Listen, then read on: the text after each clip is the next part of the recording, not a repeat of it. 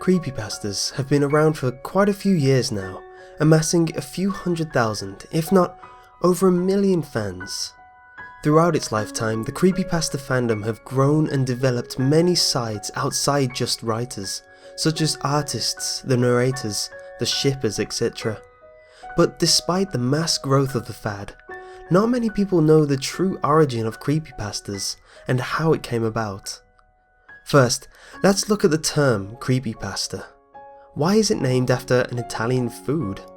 Well, actually, technically, it's not. The original way to say it way back when is creepypasta.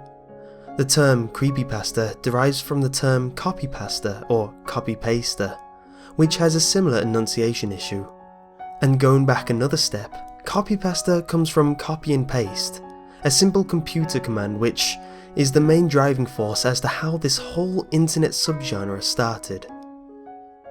The reason for this issue is that it's hard to type out paster without either keeping the original enunciation and losing the similar spelling to paste, or vice versa, which is why I've not seen much of a fuss made on how it should be said, mostly just preference or how you were exposed to the terms in the first place.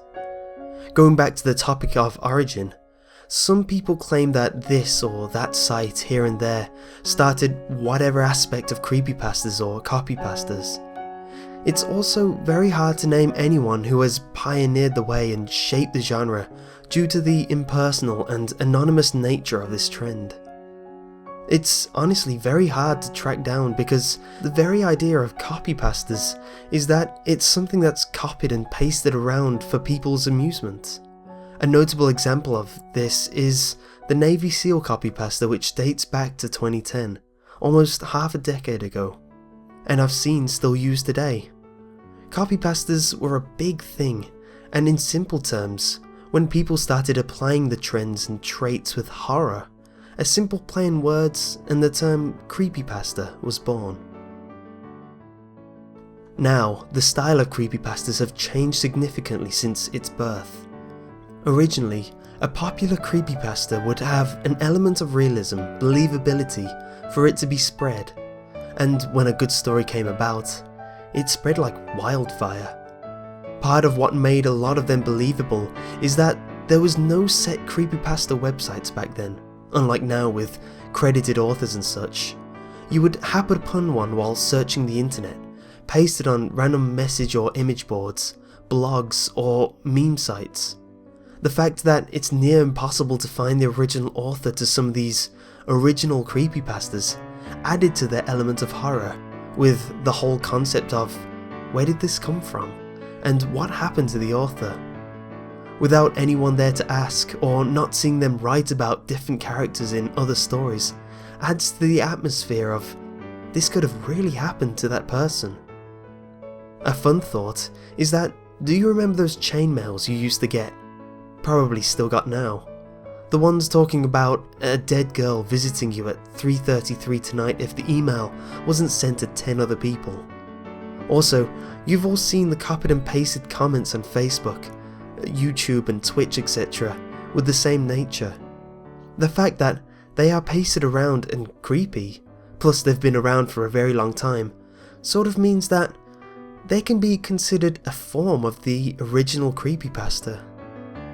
After such sites were made and there was a hub to upload creepypastas onto, that is when continuity and community started to form. People could see a monster from one story and write their own take or their own experience with said monster. This is very prominent with characters such as Jeff the Killer, the Rake, Smile Dog, Ben Drowned and most of all Slenderman, spawning the term pasta monsters. I could talk more about each of these characters, but I think I'll save that for another video.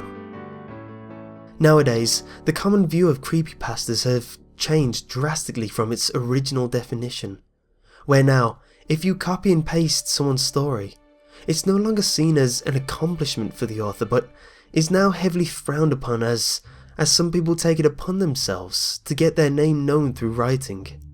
Also, a lot of people disregard the sense of believability in place of horror, with results like the protagonist dying in the end or the world ending, making these creepypastas more akin to short horror stories or flash fiction.